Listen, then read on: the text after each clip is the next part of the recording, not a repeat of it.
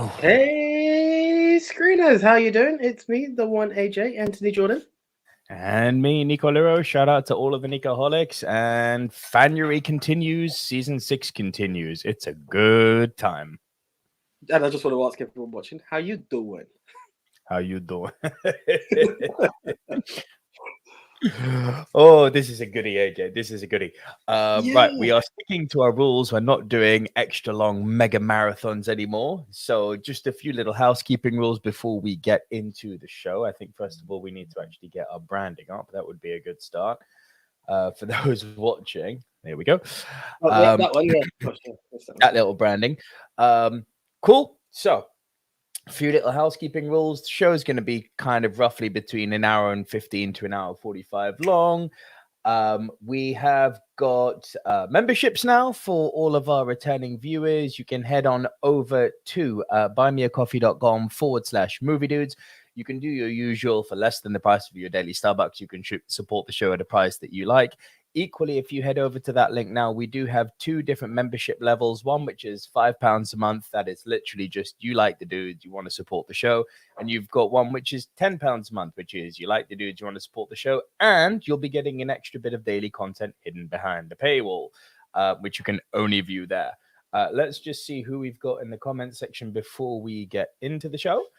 Francis Lalonde is here. Thank you for joining us, Francis. Greetings all. Didn't watch any movies this week, but picked up Children of the Stones and The Tripods. Found a good bargain on Complete Granada Jeremy Brett Sherlock Holmes set. Well, that's something I'll need to check out. Do you know what we might be able to get for that, though? What's BritBox. that? I think they might have the... I stay the fuck away from BritBox, you know. It's like... I'm literally saying you can use my login. I don't care if they shut me down for password sharing. It's not that great. So for the money that I'm paying, more people should be able to use it. I really don't care. RJ Skarenki's here to do Ghostbusters, Escape from New York, Trading Places, Working Girl. I'll star that for later, Richard. Mixed Memorabilia is here too. Hello to all the film family. Looking forward to a fantastic show. New York in the house. Thank you, Mixed Memorabilia, for the contact on MOW News as well. Really appreciated. I'll get into it a bit later. Well, to be fair, I didn't get a chance to catch those ones. Just harder to find than I thought. But yeah, thank you. Just film recommendations in general. Andy Hart's also here at Fandango Groover. Good evening and Happy New Year. Happy New Year to you too, Andy. Lovely to have you here. Den the Tech is here. Missed our first show of the season, but is back with a vengeance. Guess who back? Back again. Den is back. Tell the Tech. Francis Lalonde again. New York setting. Niagara from 1953. Gavin Mann is here. Mr. Platinum Fan. Good evening all. A little New York trivia, courtesy of the guys' podcast friends, the People's Polygraph. From Jazz. Manhattan was expanded using World War II rubble from Bristol. It's known as the Bristol Basin. No shit. Yeah. That's an interesting little factoid there. Tucky is also here. Hello, Tucky. Evening all. Pedro Sanctos is here. Opa. Great to have you here, Pedro. And Jen is here too. Hi all. Hello, Jen. And Nathan Jordan is here. Oh, I love the new intro. Yes. That intro took me a long fucking time to make. There's the first F-bomb of the show. Cool. AJ, anything you want to add before we get into it? Well, yeah. Tell people what the show's about if it's the first time they're joining, bro. That little chestnut. Yes. Here's how the show works. Yeah, of course. It's basically a top 10 show between 2 best friends from school. Here's how the show works. We get assigned a topic. We go our separate ways. We come right back here into recording and assign to you. No, that's wrong. I've had too much limoncello tonight. We get assigned a new different topic each week, and we deliver to you, the Silver Screen Dudes, our individual top 10s. This week, I will go first, delivering my bottom 3. AJ will then deliver his bottom 3. AJ will deliver his next 2. I will deliver my next 2, and then we will trade one apiece. If at any time, while we are rounding off our individual top 10 list, one person has a movie in a high position, the person will say, punt. And we will punt and talk about that movie when we get to the higher position. Once we have both rounded off our individual top 10s, we will create the Movie Mount Rushmore. These are the 4 quintessential diverse must-see movies of the genre, which this week is... Top 10 best movies set in New York. New York. City so nice, Sinatra named it twice. There you go. Quick one, RJ Skarenki says, hey dudes, tonight's the Golden Globes. Anyone excited? Nope. Those things I have work in the morning. I could not give a fuck about that award. every award gets its credit, and if it's going to go in a way that a film I enjoy gets a bit of recognition, then fair play. That's if the it's bottom in of the correct category. But listen, there's that, and it's also a case of just the same way the Oscars have done it, without getting out too much. If it puts its eyes on me that, oh, this film is a winner of X amount of awards, and I have not heard a damn thing about it, now my eyes and ears are open. Ooh, let me look out for it. Do you get what I'm saying? If you're going to educate me, then I have no thing. Awards in itself, I've given up on awards a long time ago. Truth be told.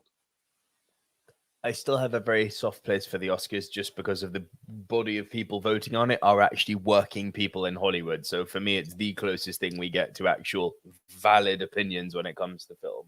I mean, this is a guy who's say that holding a punditry podcast, yes. I mean, there's that, and I've just hosted 7 days of ministry, which is literally a day of awards, one after the other. But no, I don't give a shit about awards. Yeah, no. Movie awards, my friend. Movie awards. The best wrestling awards are the Ministry of Wrestling. Oh yeah, because that scripted stuff deserves it more.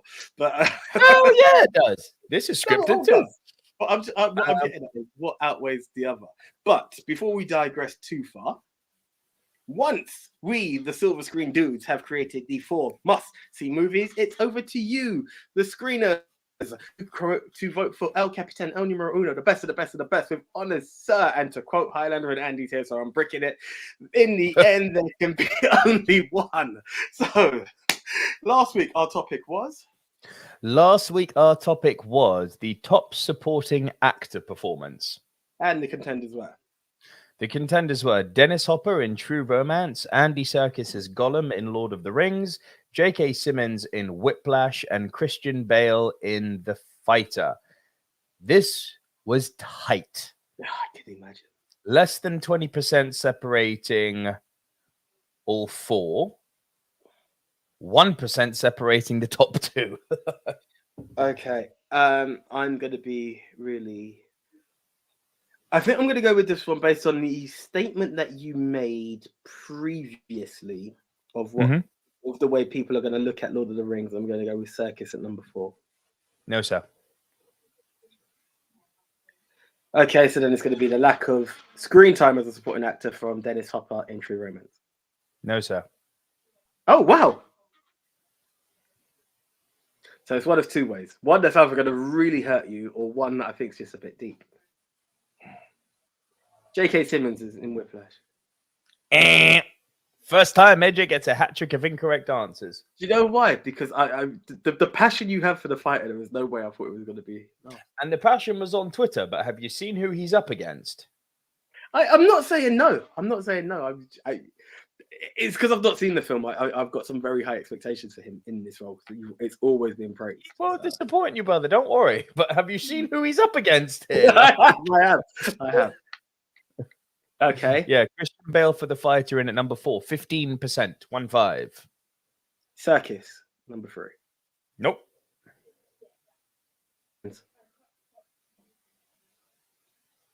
AJ, Simmons? you there? J.K. Simmons? Nope. So that's a double. That's a double for the triple.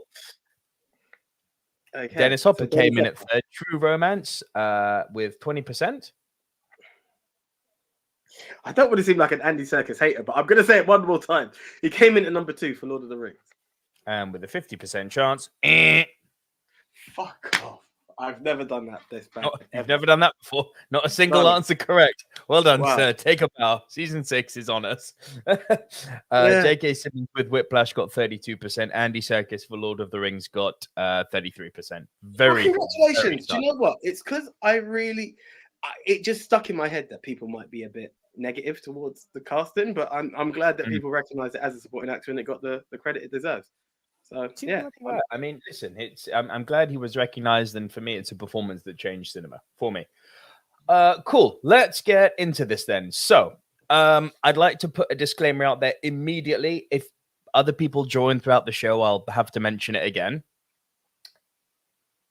Not out of any form of disrespect, out of pure fact that man's movies have been brought up too much over the last 5 seasons.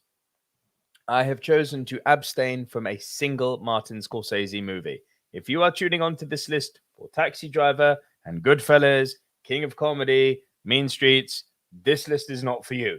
However, I can direct you to our top 10 Martin Scorsese movies a few seasons ago. That will sort your fix out. Available wherever you get your podcasts from, which are AJ. There's your tangent.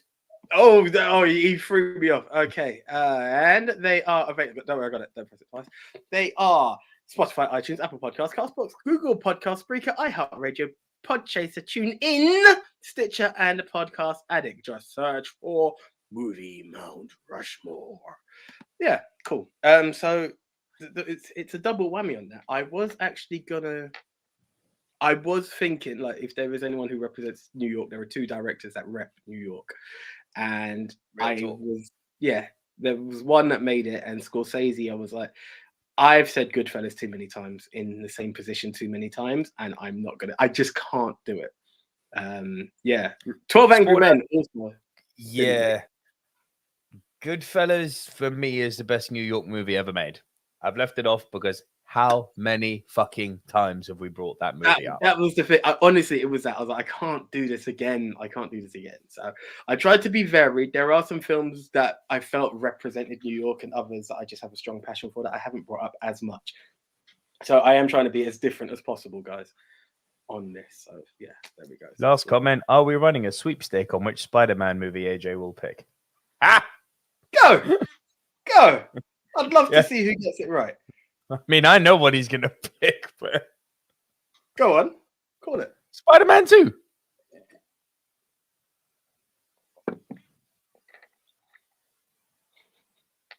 You're number 10. My number 10 was starting off strong. I'd like to... this list is fucking crazy strong. I had to shuffle and rejig and rearrange like this. There's not a bad movie on this list other than my worst, which is an abomination, terrible piece of shit. But my number 10, The Warriors. So it's my number 9. So we can. Let's talk then, mon ami. Look, when you start a list off with The Warriors, you've got a good list because this movie is such a brilliant, unique slice of pulpy action. If you haven't seen The Warriors, it's kind of a dystopian society in New York where like all the different parts of New York have become gangs. Now, the gang that we focus on is gangs of New York, but not gangs of New York. If you imagine Gareth Southgate with a beard, but instead of his waistcoat, it's a leather waistcoat and he's got it open. That's who The Warriors are. Tell me when I'm lying. No. See that joke. Yeah. It's where the iconic line, "Can you dig it?" comes from. It's all from this movie. The Warriors get framed for the murder of one of the big leaders of all the gangs who was trying to, start peace.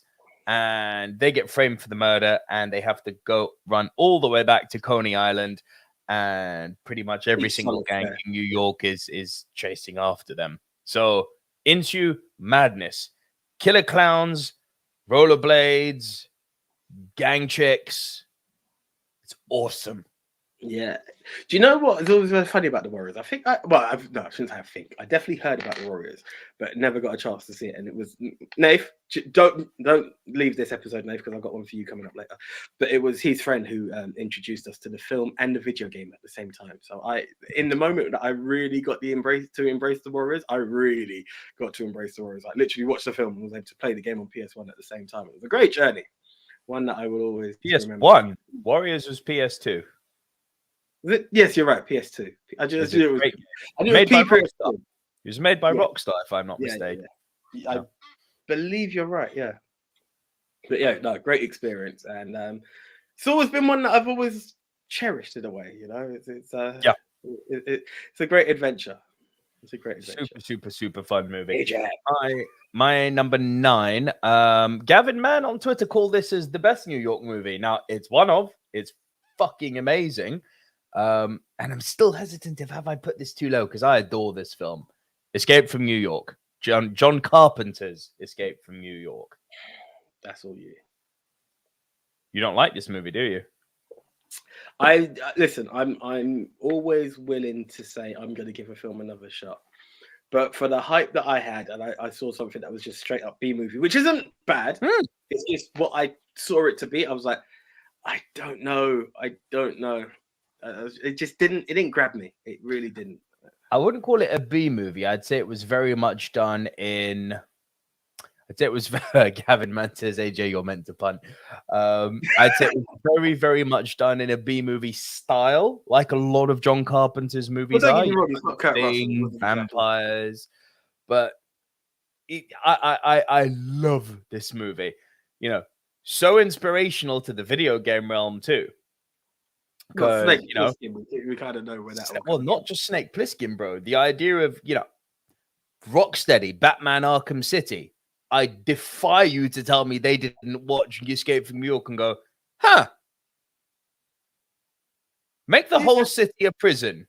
I like that idea. It's like, well, where did they come up with that shit from? That's all from this movie. So what I love about this is that from the examples I just gave, it really has permeated like pop culture. You know, the eye patches, those kind of lycra type vests, the guns, the cars, like, and it's got this weird kind of backup dancer, but awesome backup dancer cast. Yeah, the taxi driver. Ernest Borgnine. You've got Isaac Hayes, who shows up as the big bad. You've got who else is in there? I'm blanking here, but you've got this kind of fucking Lee Van Cleef, Mr. The Good, the Bad, and the Ugly, the Silver Fox from The Good, the Bad, and the Ugly, who's awesome in this. It's just kind of got this murderer's row of awesome backup dancers as well as Russell Crowe. The other thing Kurt Russell, thank you, AJ. The other thing I really like about the way John Carpenter directs his heroes, maybe it's indicative of the time, but I do think it's very much a John Carpenter thing. His action heroes don't need to be huge. Like, I can respect that. Kurt Russell is not a monster.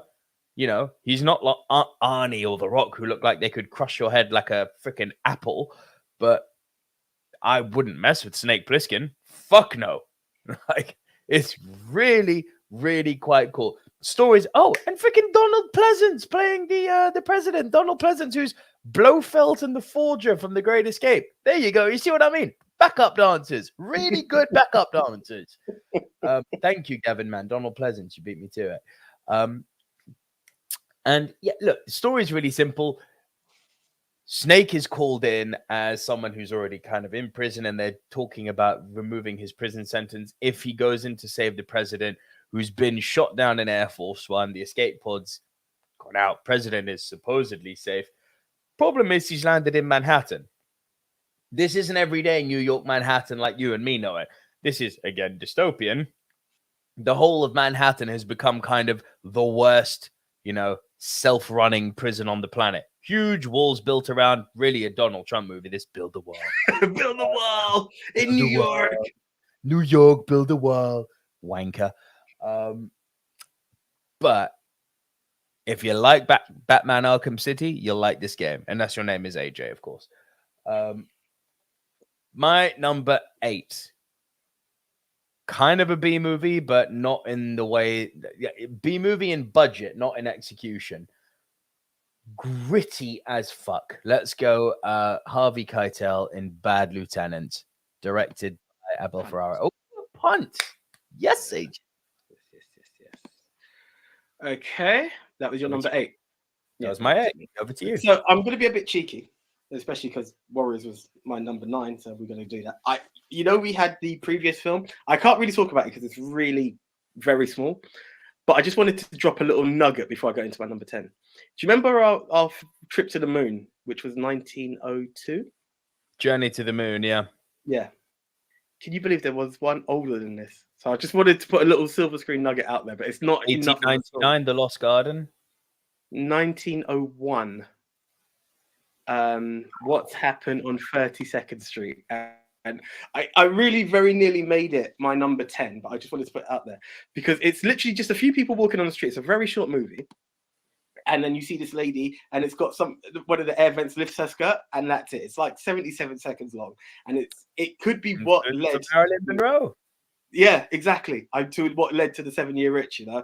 So that is something I was like, I really wanted to make it my number 10, but I was fighting with a lot of stuff. And there was a film that came out in 1908 that I actually wanted to make my number 10, but I wanted to drop that nugget of like old, and it's available on YouTube, guys. It's just a quick click, 77 seconds of your life.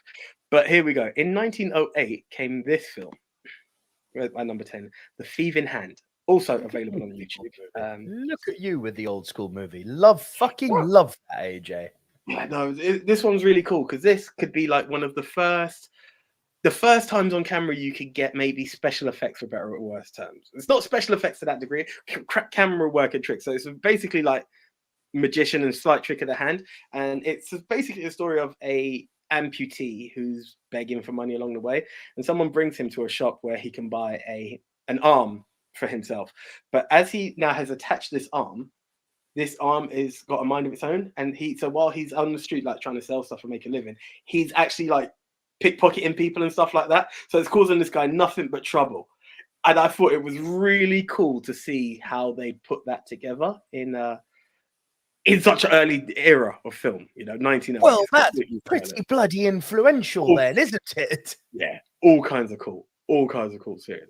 So yeah, I had to mention it. It was really bro. Or just the way you've just described that, I've got movie after movie after movie coming into my head. Mein Führer 9.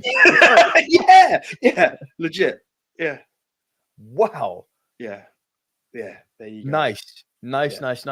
Just a quick one. Pedro Santos wants to know, why are the comments not coming up again? Here we go. Have you guys done the top 10 John Carpenter films? That would be a great episode. Something we should do, AJ. That's a goodie. Yeah, sounds interesting. That is a goodie. Republic Productions is in the house. Hello, Republic Productions. Have you fellas been to New York City? I have. Love it. Absolutely love it. Is it on Silver Screen Dudes? Insta? Or is it your personal Insta? I think it's my personal. Oh, you mean the superimposed images? Yeah, like I'd encourage most people to see that. Yeah, that's all kinds of cool. That was all kinds of cool when you done. It took a long time to do. I'm very sure it did. Very sure it did. But thank you for that. Your number 9. Yeah, number 9 was The Warriors. Yeah. And number 8, I've touched on it before, but it just felt very reminiscent. So let me come off it. Oh shit, let me come off. Right, and number 8 is just one of those films that I've just brought up a few times 2 years ago, actually, because it was like in my top 10 and in contention for musical, but it just felt very New York to me. In the Heights. I know it's a film that you've likened it to something else, and I can't remember what film. Philadelphia Story. Which I've not seen, so I can't go out and be like, Story with Cary Grant, Katharine Hepburn, and Jimmy Stewart. This In the Heights is essentially a remake, a frame for frame remake. Fair enough. Which is there as such, very good film. Yeah, no, like I really enjoyed it. It's literally about a hope and a dream, really, and there's a really close knit Cuban, I want to say, Hispanic community, because it's not. There are the different. No, they've changed the races, obviously. Yeah, what I'm saying, without there are the different Hispanic communities in there, or South American community, should I say? And they're all really tight knit. There's no real like major enemy in this film, which is another thing I like. It's quite a pleasant film. It's quite a feel good film. And there's a lottery ticket, and it's been announced that someone in their region has won it, and what would you see each person's perspective of what they would do and their hopes and aspirations of like leaving the area and doing better for themselves, or maybe improving the areas, all these different dreams. And I love the songs about it and the color palette. It was just one of those really, I just felt warm watching In the Heights. That's the best way I could sell it. I might have to see Philadelphia Story. Fucking what, mate? You've seen the cast, like yeah Grant, Stewart, and Hepburn. You're not gonna go wrong there. It's fucking great. Just need to address this quickly from Republic Productions. As an American, I do not like New York City. As an Englishman, I do not like Florida. As a Frenchman, I do not like Florida. As a European, I do not like Florida. As a human being, I do not like Florida. Well, look, first of all, I'm not here to crap on anyone's state. I am the asshole of America, Florida. Listen, I've been to Orlando and I had a great time, and I'm not going to ever take that away. And I'm not saying one city makes the entire state. New York just to touch on it very quickly without fucking hate Florida, my guy. Respect. New York has had some very, very split reactions. Some people go there and love it, and I know people that will go there continuously and they think it's the best place to go shopping. I have heard others who just say, "It's not the best place to go shopping." Well, no, I know someone who goes. That's literally where she used to go. Has she been to Paris or Bangkok? No, but listen, this Well, there you go. What I'm getting at is you get your discounts because clothes used to be cheaper when you go to the States and stuff like that. You know, there was a lot in it. But on the flip, I have heard people who talk about it stinking of urine. They hate how busy it is. The subway has just been absolutely trashed by people. So without having been, I refuse to judge. But I'm just saying, it's everything one of the most just said is correct. Yeah, the subway is a fucking disgrace. It does stink of piss. I sat in shit on the subway and was not aware of it. I sat in human fecal matter and someone said, you need to stand up. And I had to go home and get changed. It was disgusting. But bro, I'll tell you this. As a film fan, seeing New York for the first time and recognizing all the you saw what fucking it meant to me on my Instagram, right? Yeah. I don't say no. Imposing all the movie photos, like, bro, just seeing something like the road where Dustin Hoffman was crossing. Hey, I'm walking here. It's like, yo, I'm fucked. I imagine that. To me, I imagine that's what people are like when they go to London Paddington and they're like, oh, that's where they cross the road in Train Spotting. It's like, it's just a road, bro. That's how. Do you know what? More than Train Spotting, I think Abbey Road is our crossing. You know, it's weird, but it is. You know, it's that. That's not film related though, but yes, you're correct. I know, but I mean, you come to London, this is what you think of in it, kind of thing. It's like probably the most iconic crossing. But yeah, we just take it for granted. It's like, oh, it's there. The amount of times I've driven past it, I was like, oh shit, is that where Abbey Road is? But yeah, anyway, we digress. Yeah, I would like to visit it though. It needs to be done. It's fucking awesome, bro. Maybe they'll host the Mania there one year. We'll all go. Flights are cheap. Easier on the cost. Yeah, there we are. So where are we? That was my number 8. Yeah, over to you. Okay, so we've mentioned John Carpenter. Actually, no. I'll bring the John Carpenter reference back a little bit later. But guys, our first quick little trailer for this show, which is going to be a recurring thing throughout season 6. Let's hear a quick word from one of our sponsors. In a non-stop world where you've just got information galore and entertainment galore coming at you left, right, and center, in one ear and out the other, in your eyes and into your brain, we here at the Movie Mount Rushmore would like to talk to all of our film fans about Musely, a new all-in-one audio super app for iOS and Android. It picks up the top trending articles on the web on topics you choose at any given moment and reads them to you in a natural human voice, so you don't have to worry about hearing something like this. The entire web becomes listenable for the first time, all in one place. Browse articles from topics you choose and start playing. Stop scrolling, start listening. You can follow literally any topic as specific as you like, from sports, tech, business, science, Bitcoin, or even the Kardashians, if that's your jam. It will find you the latest articles and read them to you aloud. And they even have podcasts there as well. Explore trending podcasts from over 80 countries. Movie Mount Rushmore is there too. I recently started using it as my default podcast app. They even have digital radio if you want to play it on those long car journeys to work, or preferably listen to the Movie Mount Rushmore podcast on those car journeys, on your long car journeys to work. But download and use Musely for free now from www.musely.me or from the link in the description below. And you can use the code Rushmore and receive a 1-month free premium subscription. Stop scrolling, start listening, and enjoy Musely just like we do here at the Movie Mount Rushmore podcast. And thank you to our friends over at Musely. Yeah, wasn't lying. Really, really cool. Like, I was actually in the gym this morning listening to, I think it was a story on João Felix joining Chelsea. It's really cool. It's you know, in a world where we literally don't have time to basically read anymore, bully us, This thing does it all for you. You can just listen to it on your way. I really recommend it. Check it out. All right, my number 7. Oh, this is a good film. This is a good fucking film. Gene Hackman and Rob Schneider in The French Connection. I'm not gonna lie. This I was in the middle of watching last night on Disney Plus. Just haven't had a chance to finish it. Hoped I was going to squeeze it in, but didn't get a chance to. It is superb. It almost makes me sad that Gene. Well, not almost. It does make me sad that Gene Hackman is retired.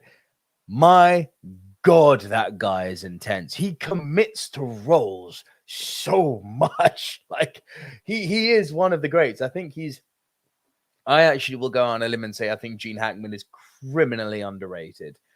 I would go with that. Yeah, like when you talk about the great actors of the modern era, I never hear Hackman's name get brought up. And it's like, no, he is in that conversation. He's unfucking believable. So he plays a police officer called Popeye Doyle. He's a bad cop but also kind of a good cop, if that makes sense.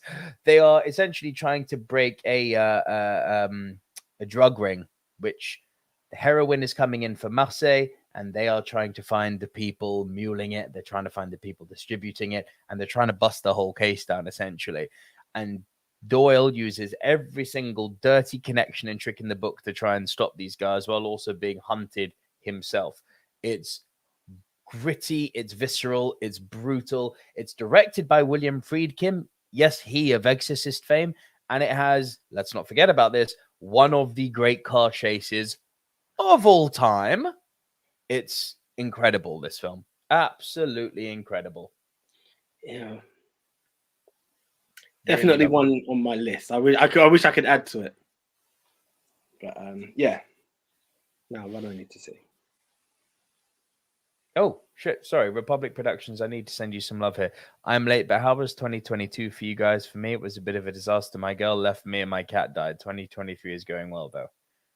Dude, really sorry about the cat. Really sorry about the breakup. Those always suck. Genuinely hope that 2023 is a better year for you. Long may the good start continue. I was gonna say, 10 days in and you can still say it's positive. That's the main thing, and long may it continue, as Nico said. That's we go through dips, and I think as much as they suck, it helps you appreciate the good times more. And the fact that you're 10 days in and it's going well, I'm happy to hear that. Billy Mount's here. Nico and AJ, great to have you here, Billy Mount. You are late, but that's fine. It's lovely to have you here. And Pedro Sanctos says, have you read about how they filmed the car chases? Borderline criminal. Brilliant. I have not, but thank you for letting me know about that. I will check it out. So you haven't you haven't got around to finishing The French Connection yet, right? No. Cool. Can't recommend it enough. Also, I'd like to hear I haven't watched The French Connection 2, so if people in the comments could let me know if it's worth a watch or if it's not, I'd really appreciate that. Okay, so to be honest, the business end of my list kind of starts now, because from 6 all the way through to 2, my 1 was the moment I eliminated Scorsese. I was like, my 1 is written in stone. But my 6 all the way through to my 2 was very, what order do I put things in? Super difficult. I'm not gonna lie, I was very similar. I don't get me wrong, I always have a bit of a battle in what goes where. This is one of the hardest ones that I've had in terms of battling where things go. Yeah, honestly, big time. But I'm gonna stick to my guns here. In at number 6, I'm going classic here. I'm going with Tony Curtis and Burt Lancaster in Sweet Smell of Success. Have you seen this film? No, I'm not going to lie. Don't think I've heard of it either. It's on Amazon. Sweet Smell of Success. It's on Amazon, so you can check it out. So what annoys... So full disclaimer, Sweet Smell of Success is getting a little bit of a rough edge for me here, because I was kind of wanting to put On the Waterfront into this list, Marlon Brando. Directed by Elia Kazan, one of my favorite New York movies. And then I found out it's not in New York. It's in New Jersey. And I was like, well, Some people online were like, yeah, it's the same thing. I'm like, cool. Say to an English person that Wales is the same thing and see what happens. Yeah. Oh, but it's just separated by a river. Yep, same as England and Wales. That's fucked up. We can't do it. So I had to eliminate On the Waterfront, and Sweet Smell of Success made it in. It's a fantastic movie. It's a genre we love, AJ. It's a noir movie. So you've got this awful publicist called J.J. Henniker, played by Burt Lancaster, who is roping our main protagonist, kind of a protagonist. He's a guy you hate to love and love to hate. Falco, played by Tony Curtis. He's basically what Tony Curtis tries to do. He's got his group of clients and he tries to get them advertised in one of Henniker's columns, right? Henniker is this high-powered publicist. However, Henniker wants nothing to do with Falco, but he makes a deal with him. If you do me this favor, I'll open the door for you a bit. The favor involves Falco, Tony Curtis, splitting up the relationship and preventing the marriage of Henniker's younger sister, age 19, to this jazz singer. Now, Henniker's really overprotective of his sister, but he doesn't want to be showing that. So he's going to get Falco to do his dirty business. And you know where we go with noir movies, into a big web of who's going to fuck who over. Do you know what I love about it above everything is that, because they had color movies at this point, but they chose to go with the black and white styling. And it really gave a layer to New York. And for me, it's just a visual hypotheses I've got. But I think this movie was ultra influential in the way that Martin Scorsese chose to shoot New York in movies like Mean Streets and Taxi Driver.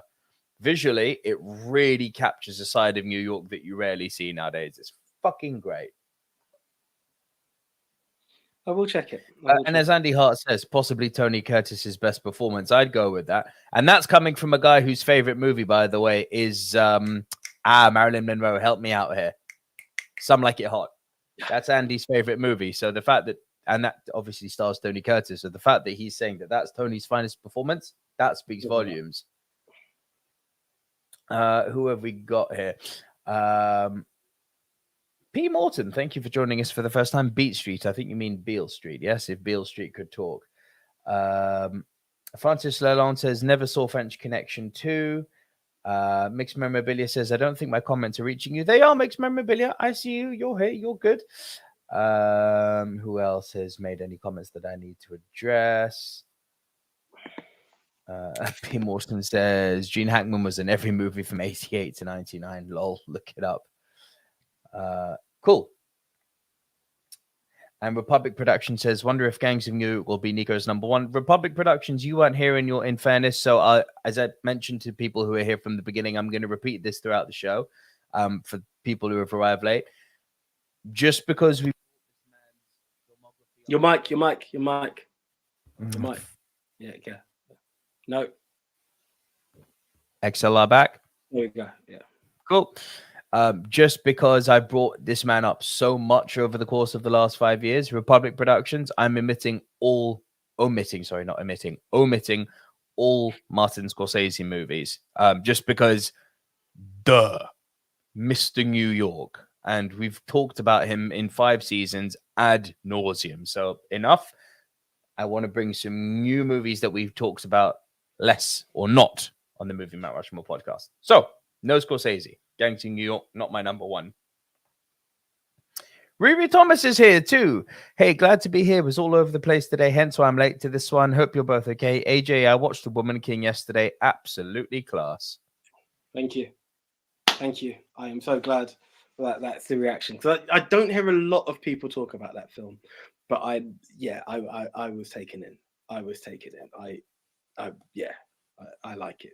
I could even go as far as to love it. It was a film that I said, caught my attention. And it's one of those that I didn't know about. And, for a guy who says I normally rush to the cinema to miss the trailers, I'm very happy I caught the trailer to this one. Because, I would have been pissed to have missed that film. Billy Mount says, what about Wolf of Wall Street? Nope. It's a Scorsese movie. No Wolf of Wall Street, no Taxi Driver, no Goodfellas, no Mean Streets, no Gangs of New York. No. We have a separate Martin Scorsese list to rank all of his movies. AJ, over to your number 7. Okay.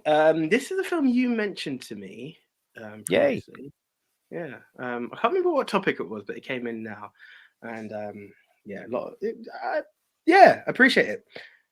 From the world of Alfred Hitchcock, Rear Window. Ooh, punt, mon ami. Okay. Cool.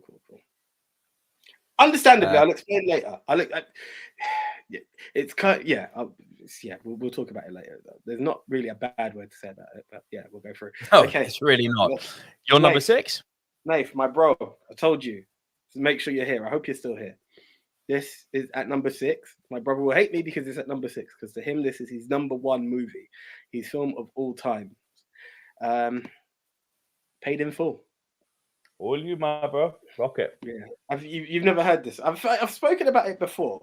It's based on a true story. I can't remember what the gang, the real crime lords were names, but basically you've got it's really bad. I'm going to put the picture up because you're better with names than I am. The guy on the right, because it's not Mekhi Phifer I'm talking about. Oh Jesus, sorry, no. He's also in Remember the Titans. No, but yeah, he basically is quite a clean-cut guy who works in a laundrette, and he's cleaning clothes and what have you. And this gentleman comes in and puts his clothes to wash, and in there is a rock of cocaine, right? And with that, he returns the guy back his stuff. He's like, "Oh, I think you dropped something." Oh, it is Avon Barksdale, isn't it? Shit. What? The villain from The Wire. Oh, right. In that sense, yeah. I've not seen The Wire. I can't remember his name. Sorry, I'm gonna have to because it's on the tip of my tongue and it's bugging me each time I'm trying to get it out. Wood Harris, fucking hell. Wood Harris, there. Yeah, Wood Harris, and so he plays. Essentially, he goes on to become Ace Boogie in this film. And everyone's pulling for that. Pedro Sanchez, Wood Harris, Nathan Jordan, Wood Harris. Yeah, I told you Nathan's going to be on this. This is Nathan. No, you punk, he says. It got a mention, man. It got a mention. So from this little rock of cocaine that happens, he's seen what money he can make. And from being clean cut, he goes deep into the criminal underworld, and along the way he's also got Mekhi Phifer and Cameron who partner up with him, and their relationship gets sour, the money gets the better of them, and you start to see the dark side of what the drug world can offer you, and it goes deep. You can see them, you see what it means to have it all. Then you start to see what happens when it becomes a turf war. You see what happens when the police get involved. You start to lose friends, whether it be by circumstance or by fatality, it can hit the emotions along the way, and it's got a story to it as to what happens at the end. I don't want to spoil it behind it. You may even know the true story behind it, but yeah, it's a good movie. Again, my bro loves it to death, and I know he hates me for it, but it shows you. Again, it's the crime world, the drug world, what it can do from a seller's point of view, and the interactions it has to people, and it just shows you it's not all fast cars and fancy women. There's nothing comes from a lot of that, but yes, yeah, it is that, but it's not just that. It's not all that. There's another side to it. Yeah, so that's my number 6. Over to you, sir. One apiece. All right. Just before we carry on, we mentioned John Carpenter earlier. So how we're going to do a top 10 John Carpenter movie. I mentioned Escape from New York. You'll see why I'm going with this in a moment. Let's hear from our second sponsor. Hello, film family. Nico here from the Silver Screen Dudes, and I am here today to talk to you about Movie Palette. This beautiful piece of artwork that you can see in front of me here. Movie Palette is something that I think is going to be absolutely perfect and essential for our existing Silver Screen Dudes, Movie Mount Rushmore film family, the geeks that exist in our community, and the passion that you all have for film. I genuinely think this product is going to resonate with you. Here's how Movie Palette works. A Movie Palette is a distinctive way to enjoy your favorite movie displayed artistically on canvas. The movie palettes are carefully crafted by digital artists who choose the dominant colors from each scene of your favorite movie. These vibrant colors are arranged side by side in stripes on a high quality canvas. The stripes are displayed in chronological order, and the width of each corresponds to the length of the movie scene. The result is an intriguing piece of artwork that gives you a unique view of movies that you've seen many times before. This one I've got here happens to be from my favorite sci-fi movie, The Thing. And as you can see, we start off in the ice here, and we finish off all dark with Kurt Russell in the snow, just about to die. Is he the Thing? Is he not? The entire movie, scene by scene, is captured in this canvas. If you're not a fan of The Thing, don't sweat it. If you head on over to moviepalette.com now, and you click on the All the Movies tab, you will see that there are nearly 2,500 movie palettes already there from the world's most popular movies, including IMDb's top 250. There's even some TV shows in there. Can't find what you're looking for? Unlikely, but possible with the knowledge of our film community. Well, you can actually send Movie Palette the movie you love with the date that that movie was made in, and they will create a custom movie palette of the movie that you send them. And the best part is, as they are friends of the show, if you use code SILVER15 right now, you will be able to get 15% off all your orders from Movie Palette. So guys, honestly, this, as you can see from the live stream already, is hanging on the back of my wall. I love it. It's really added something to the streams. It's added something to my workspace. I can't recommend it enough. And as I've said already, given the type of audience that we have and the film fans that we have in our community and the attention to detail that we discuss every single week on the Movie Mount Rushmore podcast, I genuinely think you guys are going to love Movie Palette. So use code SILVER15 right now and get 15% off your orders and get a Movie Palette up on your wall. And now back to the show. Do you know what I am troubled with? Do you know what and I'm not going to lie, Movie Planet. I'm going to tell you guys now what is troubling me. I don't know what film to pick. I'm just like, it sounds so cool, but which film are we going to go for? Honestly, that is the God's honest truth behind that. I'm like, oh. I was like, Pulp Fiction. And I was like, oh, maybe this one. And I was like, oh, maybe that one. Like, Pulp Fiction jumped into my head first, and I'm like, Terminator 2. Then, then something cool like The Revenant came into my head. Like, there's too many. Yeah. Yeah. I mean, you'll have a very, very blue, like The Thing. Blue. It'll be extremely blue for that. Very blue movie palette. Like, I was hesitating between The Thing and Blade Runner. Was fucking cool. Blade Runner had a really, really cool movie chronology to it. Billy Mount, let me explain. Billy Mount says, I really don't get the whole movie palette thing. Is it supposed to be like a Magic Eye picture? No. So what it is, I'll do the live demo here. Each of these colors that you're seeing is representative of a scene from the movie. So literally right here is the beginning of the movie. Right here is the beginning of the movie. And this right here is literally the end of the movie. So the entire film has been put chronologically, start to end, onto this canvas. And they've taken each scene, they've taken the color from the scene, and they've turned it into like a barcode. It's essentially a movie barcode. It's freaking cool. Like, go check it out, get a discount. But yeah, I'm a big fan of the old movie palette. It's very, very nice. Right. Thank you again to Movie Palette. Thank you, Mark, from Movie Palette, who was kind enough to reach out and offer us this the sponsorship deal. But yeah, happy days. Check them out, guys. That is really cool. Yeah, AJ, I think, yeah. Nate's like, please straighten it. Are we good? I think I'm the worst at that. So there we go. We're good. We're good now. Thank you, Nate. Right. So, over to my number 5, yes? Indeed. Cool. Now it gets hard. Really, really hard.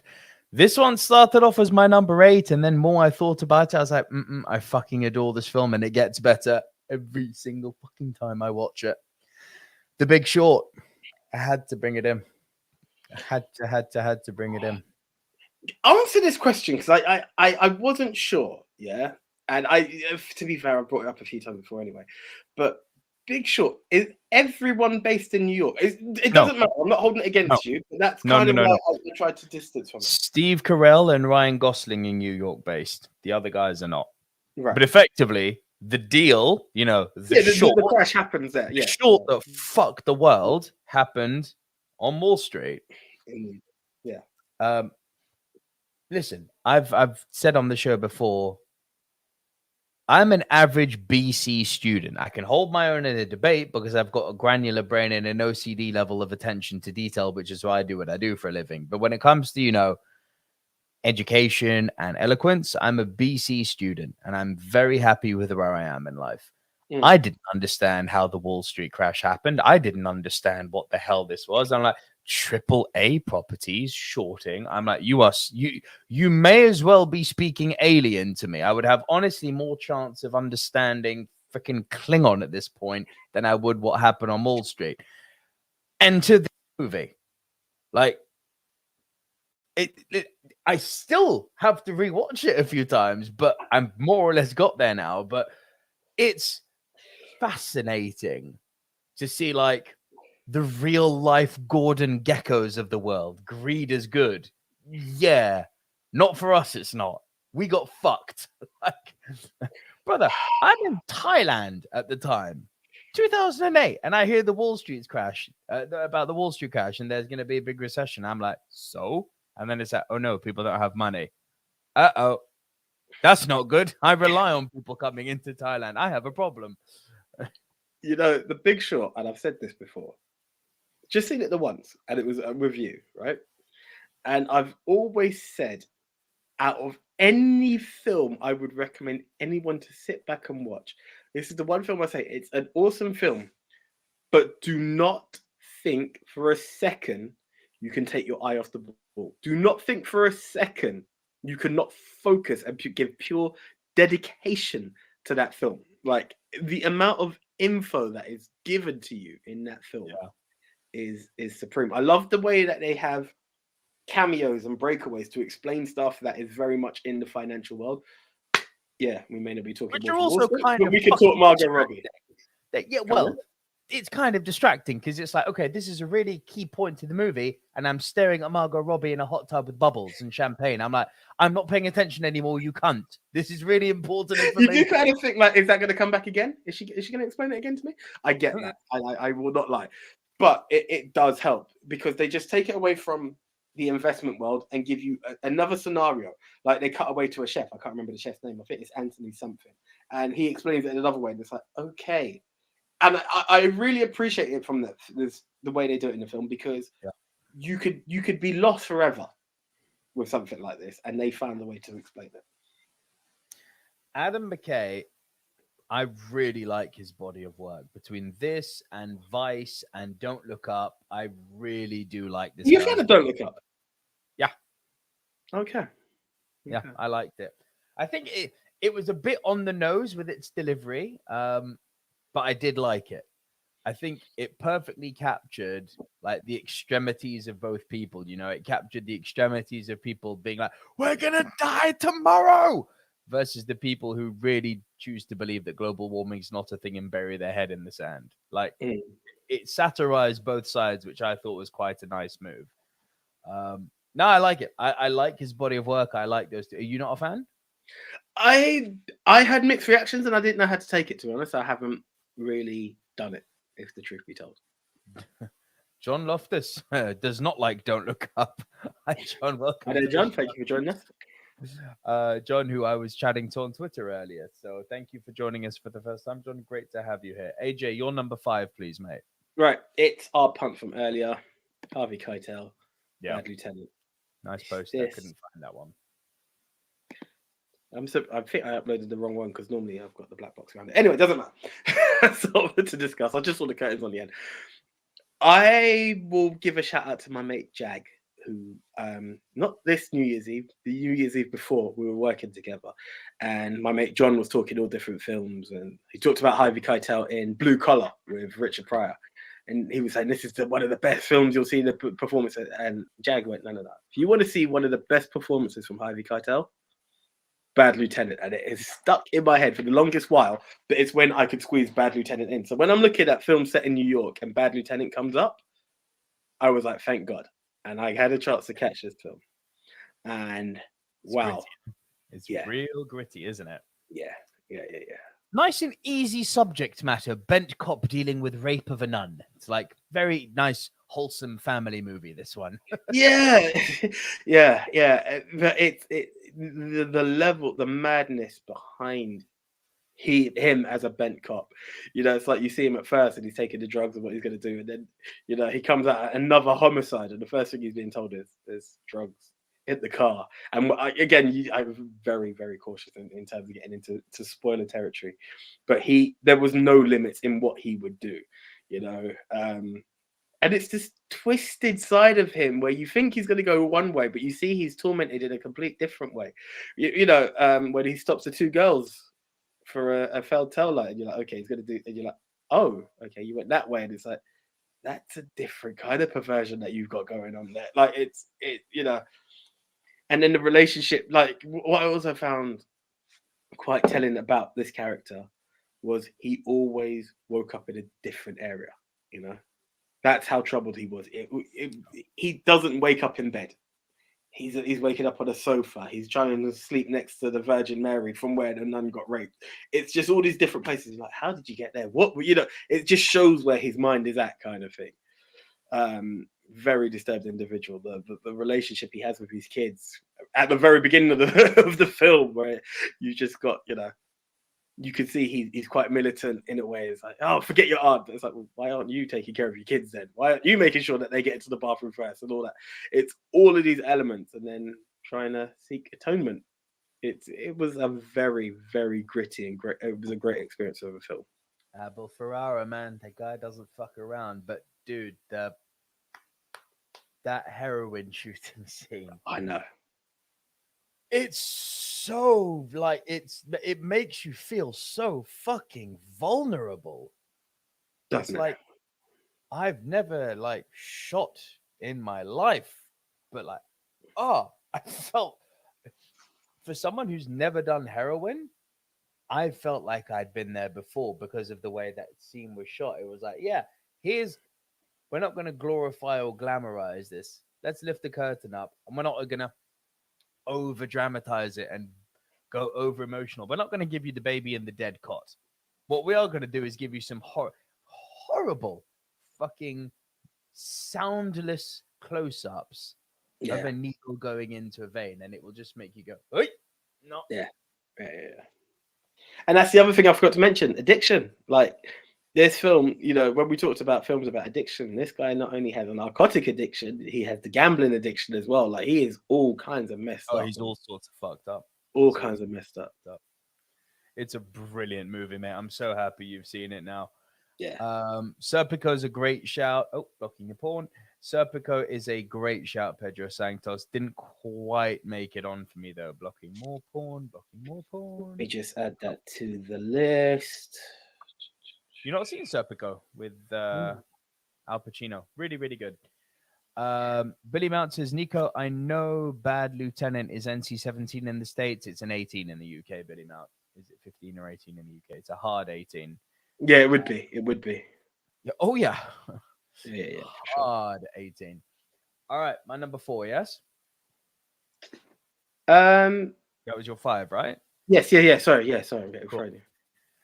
A movie which I have wanted to see for so fucking long, and much like you with Bad Lieutenant, time. Finally got around to seeing it, and I am so happy I did. Spike Lee's Do the Right Thing. Oh my God, I fucking love this film. Really? I love it. I always heard so much about Do the Right Thing, and I remember watching it. I'll tell you what I think I get shades of. And I think it's different but similar. I don't want to. What's his name? Aronofsky? Is Darren Aronofsky? What about him? Yeah? Is any of his films in there for you?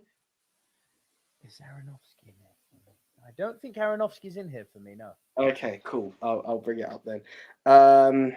Oh, that's Requiem for a Dream. I think there are similar shots along the way in this, and I don't know if it kind of just threw me. It's similar but different. It's not exactly, but there are two films that kind of How troubled very me. interesting that you're pulling Requiem for a Dream. Den the Tech's in the house. This is gonna possibly hurt him, but I think he's immune to my banter.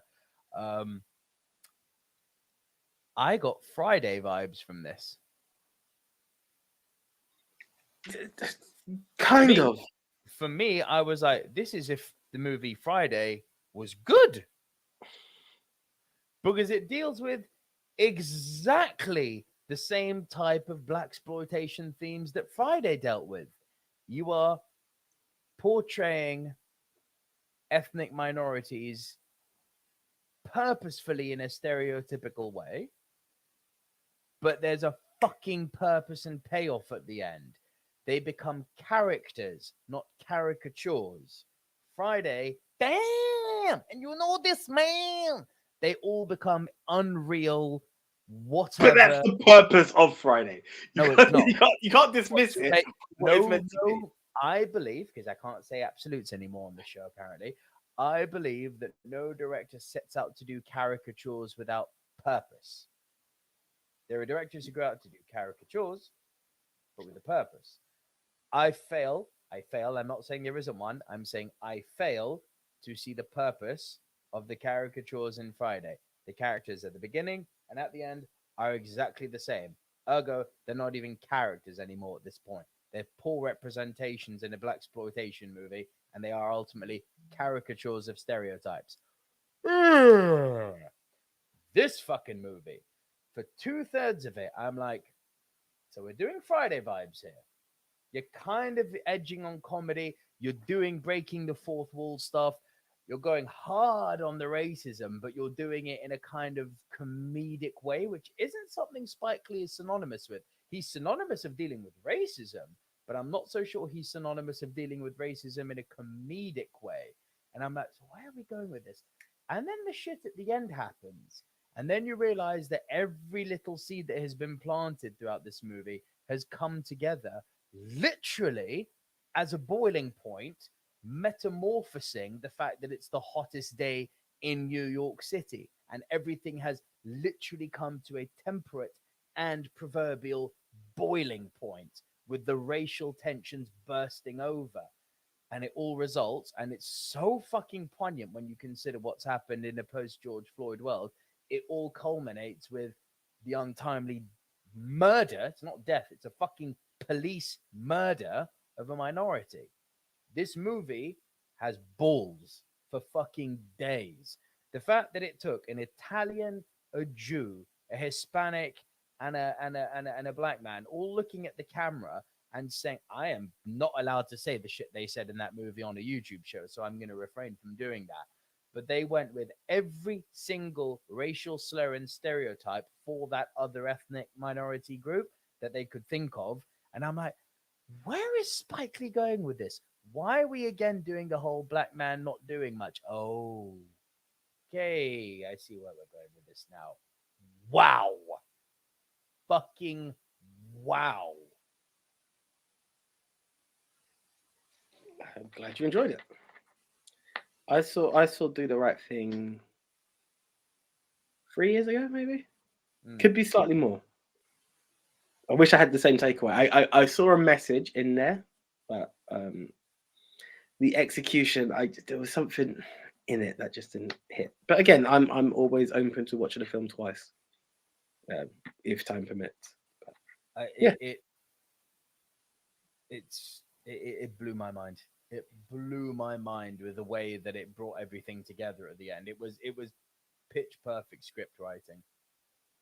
It's the way that he flips everything on its head at the end, and it's literally like you think you're getting a certain type of movie, and then take a left, and he's just giving you something very fucking real that makes sense in the context of what he's been saying for the last hour and a half of the movie, even though tonally they're at odds with each other. It somehow all works brilliantly. I loved this film. Loved it.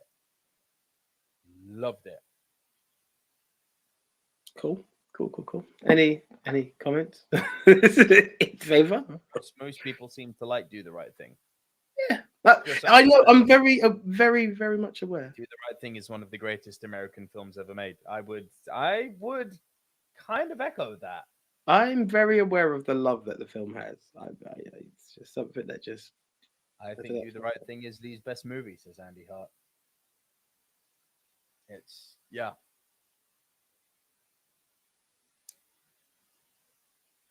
cool.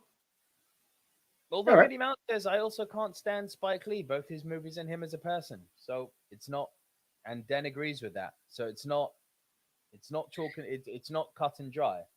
Yeah, Spike Lee. I'm obviously I appreciate Malcolm X as a film, and there's something else coming up later on. I'm not overly familiar, but I also sometimes see. I don't know. There's a certain vibe that he has that feels very, and I don't want to say this because I can't stand the guy. Very Woody Allen in his way, but it's just from a different angle. And that's it just, yeah, I don't know. Interesting. I mean, I think Spike Lee's got his whole own thing going on. I think he's got mashes of all these other great films. But the more I look, the wider it's gone. But it's the ones that he gets a lot of love for in the early 90s. I don't know how much they resonate. 25th Hour, Do the Right Thing, Black Klansman, Inside Man, Malcolm X. Like, he's got a collection of films. See, when he does me go quote unquote blockbuster or film, I can work with it. Listen, I'm gonna have to keep quiet because I'm gonna sound a bit weird later on. Because he's coming up again. But yeah, that's essentially what it says. Do the Right Thing, brilliant film. You see what I mean? Like, Spike Lee, I guess he's a bit Marmite for people. Yeah. Pedro Sanctos says, since AJ mentioned him, no Woody Allen films on either list. Not a chance. Not a chance. I have tried like 3 Woody Allen films and they just don't work for me. I find myself extremely bored. And then I see him pop up and he's always playing the same little meek character that I'm meant to be. It's not redeemable enough for me to like find him lovable or something. I just find it quite irritating, this meek character he constantly portrays in the films I've seen. And I'm just like, that's it, I'm done. I could be wrong. I should give him the time of day to finish one of his films. His name has lasted generations. He's constantly brought up in the world of film. But I again, I think it's me and expectation. It just gets the better of me. I'm like, so this is a Woody Allen film. Why the fuck am I bored like this? And I move on. No, it's true. It's true. I need to be a bit more open in life. Fair enough, bro. Billy Mount says, I really don't like his films either, except for Ants. Ants was good. Cool. Your number 4, please, Adrian. Right, my number 4 probably has no right being this high up, in honesty, but it's one of my favorites. It's absolutely one of my favorites, and it's representation of like it focuses on New York. The whole thing of Prince Akeem looking for a wife and heading to where's fit for a king? Queens, yes. Coming to America. One of my all-time favorite films, man. I toyed with some of the levels behind it, and I was like, some of them, again, I can look like something like Rear Window, which I'll bring it up later on. This was, if you're thinking of New York, this is New York in your face. It's literally like someone from the outside, like the whole discussion we had with Republic Productions of what you like and what you don't like. Here it is. They're just throwing New York to you in your face. You know, obviously McDowell's being an absolute fiction. I don't know how many fake McDonald's there are out there in there, but this whole like it's the focus of New York, and it's the story of a young prince who's set up in an arranged marriage, and he believes there's more to life, and he you know his parents are like, well, go and sow your wild oats, just have a bit of fun and come back and find you know and marry the queen that the princess and the queen that we've chosen for you. But he believes in true love, and that's what he's looking for. He wants to see what the world has to offer and find his own path, and that's what it is. And mix him in Arsenio Hall, and you got a great comedy. I would say my actual favorite Eddie Murphy comedy. Wow. Yeah. Which one are you going to go for? Beverly Hills Cop or Trading Places? Oh no, I'm definitely Coming to America over Trading Places. Beverly Hills Cop, Yes, then maybe no. Also, do Raw and Delirious count? No, but that's no. They're stand-ups. That's stand-ups. Right. That's a complete different category. No, All right. that's there. But no, this to me. If you tell me Eddie Murphy, I think of this before anything else. Well, Billy Mountain's with you, a big yes, and I love this movie. Thank you, Billy. Memorabilia is with you. Coming to America is a classic. Billy Man also asks, "What did you think of the sequel?" Hated it. Hated it. Watched it because you. It's on Amazon Prime. It's absolute crap. I know you told me that. That's good enough for me. My time is precious. Some people like it though, but not for me. Just not for me. Not for me then. Pedro Sanchez says Coming to America is perfect. And the tech, oh my god, yes. Thank you. Says fun movie, but not Eddie's best New York movie. That would, I guess. It's trading. I know some people go trading places. Yeah, just because Jamie Lee Curtis takes her top off doesn't make it better than Coming to America. Absolutely does. Absolutely does. Pedro Sanchez says worth mentioning Trading Places as well. Billy Mount says I like both Coming to America and Trading Places. P. Morton is bringing Harlem Nights in. Pedro Sanchez says 48 Hours better than Beverly Hills Cop. Trading Places 100%. John Loftus says can't stand Coming to America. Trading Places is superior in every way. We're all different. Yeah. And Tucky says Trading Places is Philadelphia. Is it? No, I swear it's on Wall Street. But I'm pretty sure Trading Places is New York. But we were talking about in the scope of Eddie Murphy comedies. So yeah. Anyway. Yeah. That also worked. Billy Mount says Dolomite is My Name is another one that's my favorite. I haven't seen that yet. I really need to. Cool. So that was your 4, yeah? Yep, indeed. Yeah, Philadelphia. This one hurt me to put so low. I wanted this to be higher, but then I'm looking at my top 2 and I'm like, from Joseph Mankiewicz, All About Eve. Oh man, what a fucking film! Tell me the story. I can't remember if I've seen this one. Betty White plays. Sorry, not Betty White. Betty Davis completely different actress. Betty White. Betty Davis plays a aging but very successful with a glittering career theatre actress, and Baxter comes along and wants to completely and utterly usurp her, take her roles, take her life, take her husband, take everything from her. This is the movie that gave Marilyn Monroe her debut. This is the first time she ever appears on screen.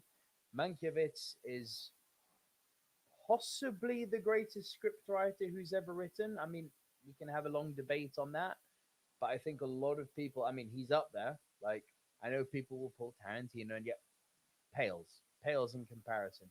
This movie is so infinitely quotable. The character interactions in it are so fucking perfect. It makes you laugh. It makes you smile. It makes you scared.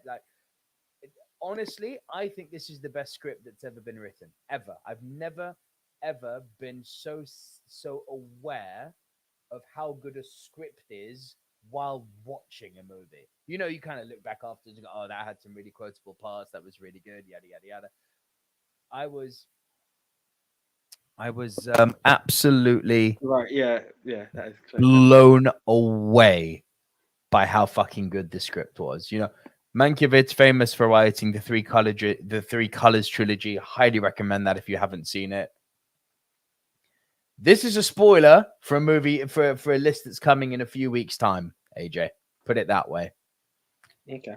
I saw it for the first time during the dreaded lockdown months. Blew me away. Absolutely blew me away. You've gone low again, bro. Don't know what's happening today. Oh, well, this fucking XLR cable needs a change, doesn't it? John Loftus appreciates that. Great shout. However, Francis Lalonde says not really a fan of All About Eve. Gavin Mann says All About Eve is on my watch list as part of my IMDb top 250 challenge. Only 105 to go. Go on, Gavin. Go on, Gavin. P. Morton says Betty Davis was actually legit bonkers. Yeah, and that came across. Yeah. Then the text says, damn, another one. Yes. Amazing script indeed. Have you seen Network? Also, You're gone, bro. Glad to see a classic like All About Eve on here. Volume. What the fuck is going on? There we go. God damn it. Are we good now? Yeah. Fine, I'll pull my chair up here and not relax. Glad to see a classic like All About Eve on here. Sweet Smell of Success would be another New York classic movie I'd have in my top 10. Sweet Smell of Success was my number 6, John. It's right there. And yeah, cool. And Den the text says, I'll get you in UXLR. Thanks, Den. Oh, big shout out to Den, who got me a capture card, by the way. Oh my God, when I plugged it in and saw my PS5 on my MacBook Pro, the smile. Sorry. Great shout, Nico. Thank you, Mixed Memorabilia. Appreciate that. Nico needs a mid-level. Does not exist. Your number 3, please, AJ. Right, another one of your recommendations from many moons ago. Al Pacino. Do you know which one? You're gonna. Is it bank robbery territory? Yeah, it is indeed. We are talking Dog Day Afternoon. I'm so glad you've seen this. I'm so glad you've seen this. Attica. Yeah, man. Yeah. There's so many levels and layers to this film. You know, you go from bank robbery to the fact that when the bank robbery is taking place and he holds the hostages and the police come out and everyone starts to gather around it and he makes a speech with the whole Attica, he gets people behind him, you know, following that journey. Then it comes out into, you know, you see this story and you see his wife and kids, then you see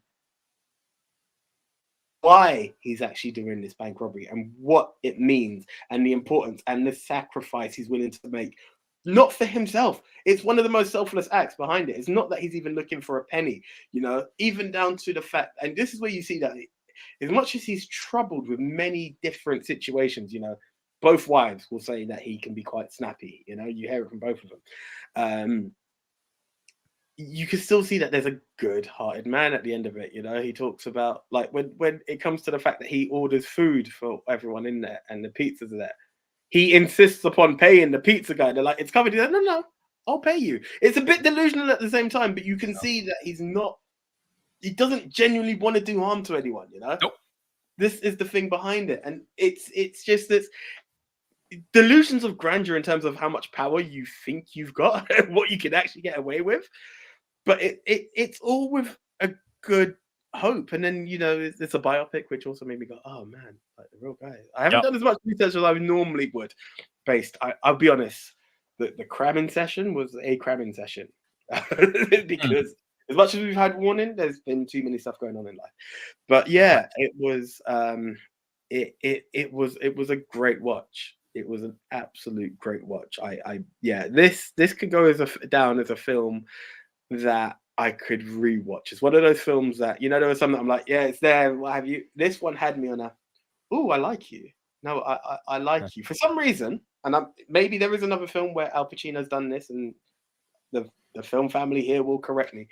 I pictured there was a scene where he screams Attica, but he had a group of people behind him, and he looked slightly different. I don't know if that's a different film, or if I just Mandela affected something that I think you've Mandela affected that there. Yeah, I don't know, but for some reason I pictured him cheering Attica like middle of the night, and there's a whole group of people behind him, and like he gets lost in the shuffle.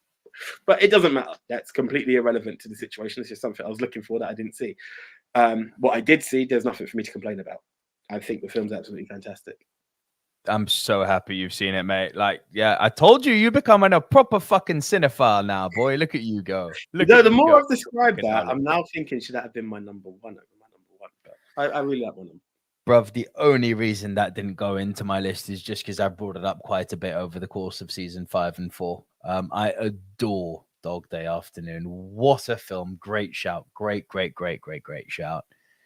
All right, my number 2. What was the punt from earlier? That is my favorite Alfred Hitchcock movie. Yep, I said it. Rear Window. I love this film.